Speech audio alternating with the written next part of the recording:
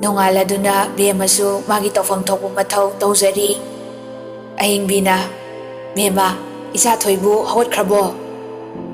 Bema tapna Ima hawatриba male. Ahingbi ngakna Kaidoragi imawbo namay namit loina pongkatlisibo. Bema ngayhagdi kumbam khangdana tumina lay. Ahingbina Hayo imawbo kaidobo yaurabage nasaga nungaitabro.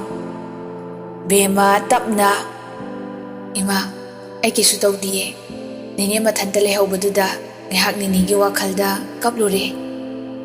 Ahingbi nokmi adugi oire khara layraklaga yumsidagi mikup ama phau hendoknilaroidabani yengo. Imasu yam kapai adubu adum kauthoki. Fare nangsu nathok tawjaruro. Ahingbi chingnana machai kada changlai. Ure thauba sofada tumduna leibadu phamunglomda amu yenglui. Tharamba mafam machi amata lengdana leirami. Ahingbi machabu warokna yenglamlaga thokre. Ngihaki matungda thauba mikap tholaktuna hawgalai. Sofada tumlamba duda ngakna yengzaraktuna kage akoibada yengliba mit adu yengzaba ngamjada uisinduna khangli. Thabal magi mangalse ngasidi pukning huna phasari. Dani inakta leiraba mikap sida thabal magi phasabasu hengatle. Da thauba karigino da thaubana aibu asuk nungsibiriba. Nangna thawai aigidi aina haksang oirabasu nangna mangalni aigi mamlaba punsigi nangna aigidi sorni. Da thauba ai dabu yam nungsiye. Ngasidi aigi thawai haksang dagi nafamda sinajage. Da mase aigi nungsibani. Abigi wahaisingdu ningsinglaga thauba khangba ngamdana mamitu amu pangthoksarai. Makhutna mamaidu khumduna sor chauna honduna khangdi. Adubara ijaga wari sarambanida mamaga papaga kanani heli nungsiba haina. Da thauba ima ijadi dadagi maike yengliye. Ibungo hojikti ipa sirabasu yare. Isagidamokta nangna leplabada Babana karigi warugani. Baba pele isagi pakum tabada baba pele. Thauba khangba ngamdraduna kapthorei. Baba nasabu warobiganu ko. Nasa wasak ado ngakpa ngamsadre. Ai kaidawani haibasu khangdre abe. Baba na koy anidi aigi matawsi uraga kaptaba oyuko. Thauba phukawatuna bathroom da changkhre.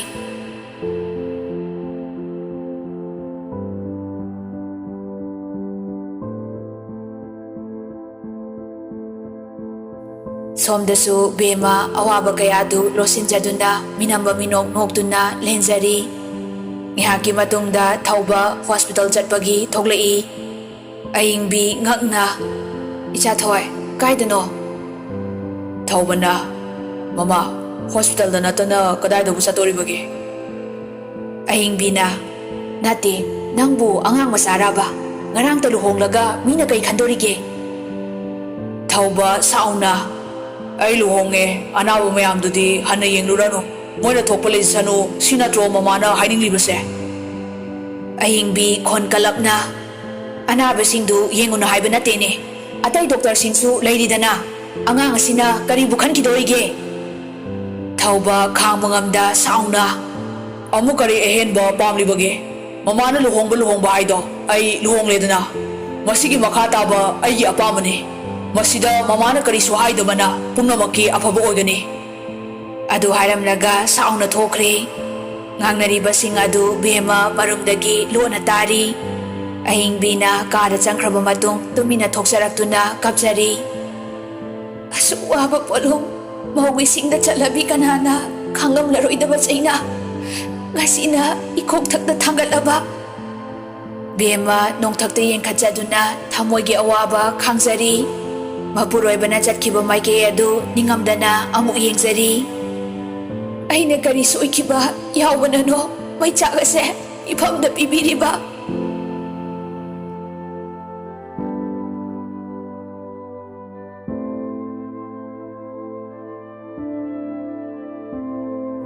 Nungthilgi matamni, luhong nunganbagi lakpa mi makhaisu hannaba thoknaragli. Thabana Bemagi makokta nanthabiraduna, Bema, nini salukigiko. Bema su khamba ngamsada pirangtana maningtamna chentharakli.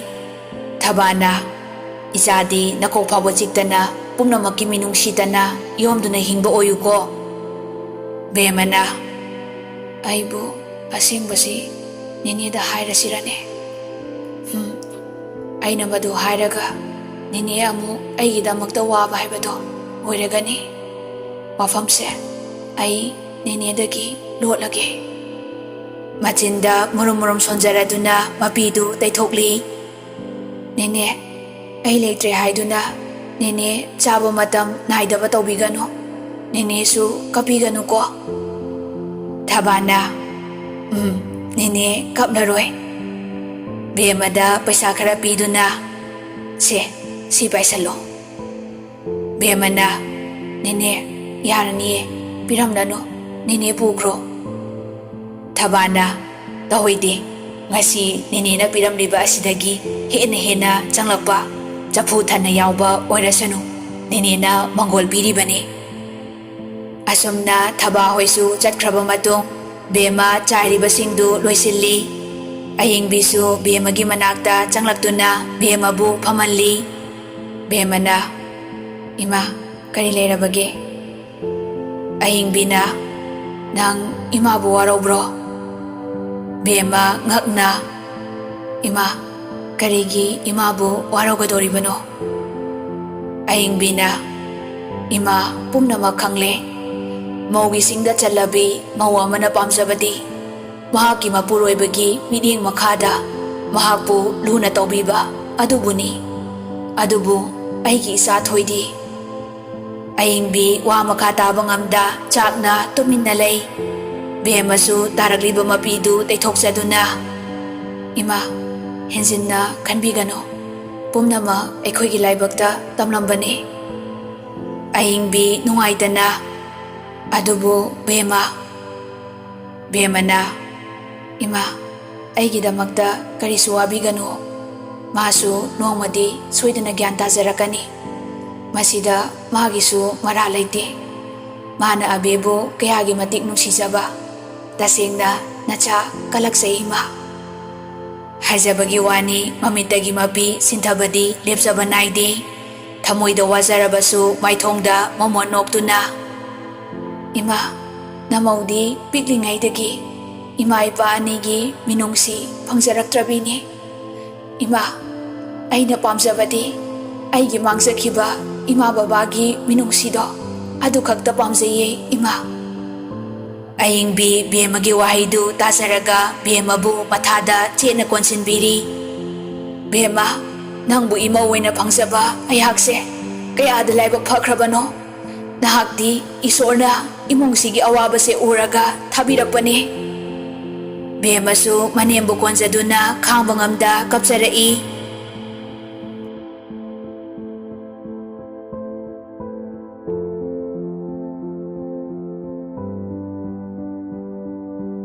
Namidangi matamni Dramen amadi ayingbi chaksari. Ayingbina, Bema nangsu chakse chathoklasidana. Bemana, Ima sabiro, ai horen ma chabaloraga chajarage. Dramena, Bema, oiroi, madi charaga ladabani, pabung hoiga puna chaurasi, phamlo lao. Bema tapna, Pabo, horen ma halaklaga oina chajarage. Aina hana chabadu nungaijade, pabung ingkrani chabiro. Bema chaksangda pochai loisilli. Dramen amadi ayingbi nungaitana yengnaraduna chaksarami. Matam madi asum thengsilai adubu thawbadi hansilaktri. Bema haife tholaktuna mapuroibabu hansilaklabra haina amuk yengsei. Hansilaktrabada tapna thongdunga sinduna changlai. Ayingbina, Bema nangbu tumdribo. Nakandagi ayingbigi khonjel tabada Bema khangprek khangna yenglai. Ima tumdriye. Ayingbi ngakna, Isa thoibu hansilaktribo. Bema kari khumgani khangda mapanda amu onthokhtuna yenglaga ima hanjilaktriye. Ayingbi nungaitana adudi hosifau nang chak sadri natra. Bemana ima ayingbina lao ima ngaige chathoklo lao. Bemana ima ai saragi yani matamsu thengsilagle pothabiruro ima. Ayingbina nade nangna sumna lehoraga imana karamna pothagadoribano lao chak chathoklo lao. Bemana ima ai sarageba se pothabiro lao ima.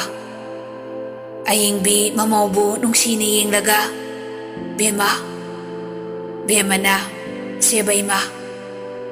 Ayingbina pare imana jangkraga nangsu chakto chathoklaga tumthokloko. Bemana hoi ima pothabiro ima. Ayingbi Bemabu nungaitana yenglamlaga changkri. Bemasu kada changlaktuna tapna phamthai. Aibu asomna kyam kuina leikigani. Ipuroiba magi seba phangjadraba aina kyam kuina hingkigani. Milu anima pirangtana thumatlakli. He Iswar, ai magi minungsi phangdrabasu mapuroiba amada tausaba yaba seba bokti phanganbiyo. Bema ningamdana kapcharai. Ikut magna thongba chak phauba chabidrabada aina karamna chaba ngamgani. Aingonda minungsi pibidrabasu ipuroibagi seba bokti phanganbiyo. Makutu tingthoktuna kapsari. Tanjaduda gari thausalakpagi makhola mataraduna Bema mapidu thuna magtaithoksaduna kitchendagi chaktu lausarui. Thaubasu nisana ngauduna lakli. Ka hek yaubaga masadu asawbana hana mangthai. Bairamba potchei phirol makhada langtharamlaga bathroomda phirol hongba changkhre. Bema momonok saduna thaubana bairamba potchei singadu loisanduna phirol singdu thupsilli. Ngihaki matungda thaubasu tholaktuna sofada hipthai. Bema kari kausagani khangda chaluktudi makhutna pairi. Mayadu amuka thok amu umsin amu pakhat mamit ani dusu tagu kuptuna lairi. Thauba mamitu isinduna lay. Khangi Bemana manakta leptuna lay haiba. Masadi sauningbana loirabani nisanaga kharapanbaga. Bemasu ngihak sumlepnambadagi tapna chak. Thauba sauna phuhawatuna masadu phingalai. Kaino ha kaino kai pangge. Bema masadu kiti kirum tauna. Chakse chathokpiro. Thauba sauna yenglaktuna. O chak siginine nangna ai kaurise ha. Khanglaw lauramlaga chak pukhamadu laktana langthorai. Bema machinanidu chiksinduna pirangdu sintharaktanaba kanna honajai. Thaubana nate nangna aingonda asuk yam yetlibase karigino ha karigino aidine abe khaki khanglabra abe khaki.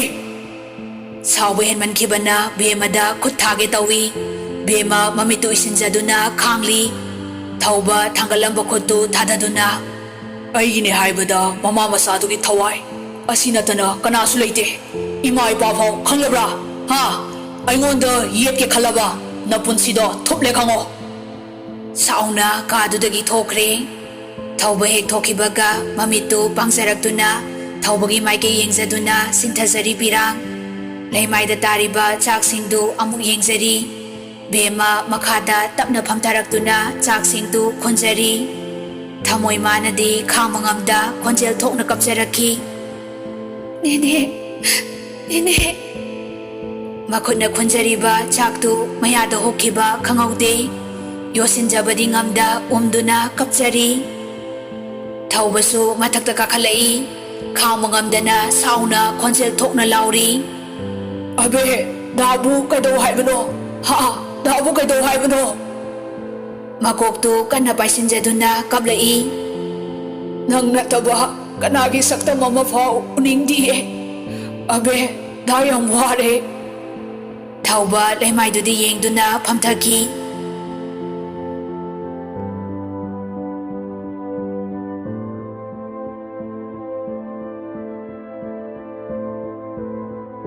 Somdasu Bema mapuroibana kada hansilaktrabada masadu mipaizaba poksaduna mapanda thoklai. Kaino mapandasu udine. Sumang phauba tholaktuna yengzarami adubu uzaba kauba leitrabada maithong maksinna kada amuk sanglai. Hausikpu kadaidano mana chatkriba ahingsida kadaida leiramgani. Mathak khangning ningsinglaktuna makhutta phi athaba mapaiduna kakhalai. Thabal magi inglaba mangalduda ure laptakna hiptuna leiriba. Bema changsinbadi ngamda handokpasu ngamda phidu paiduna chap lepi. Aibu changluraga amuk tathi chaibirakadra. Changdragana amuk ayingbasida. Machinda sonjaduna tapna changsinjarai. Adubu thaubadi ningaidana tumduna leirami. Thaubagi matau uraga Bema mapi tarai. Oh, aina magi punsibu hena wahanba haibado oirabako. Ningamdana sonjaduna pairakliba phidu subsinbiraga thaubagi makhongdu tapna soksaduna maraiba katcharaga makhada kumtharai. Bema phamungdi kaba ngamsada thaubana tumlamba sofaduda tapna hipthai. Kayada laibak phakraba abeno mahakna abebu kayagi mati nungsijariba aduga aina magi punsida amuk yetpirabako. Bema masadu tawfam ama khangdana amuk lay. Adubo aina thangsilakliba phongfam asibu amuk handokpa. Madubo oithokpa yagadrane. Sintarakliba pirangdu amuk teithoksari. Karamba khongthangno aina thanggadoriba handokpasu yada thangsinbasu ngamda. Amaromda mapuroibana inthoklabi ai. Mapidu teithoktuna mangak hairi. Ai madu khanba yade. Masida magi maral karisu leite. Sidi sengna nungsijaruba thamoy adugini. Ima pabunggi minungsina aigi thongna oiduna mabu senagani. Senajagani. Aina pamjabasu mahakna gyan tarakpa adu khaktani. Aibu nungsibiba nungsibidaba ai khanba yade. Bema wakal mon khanduna tapna mamitu isinjaki.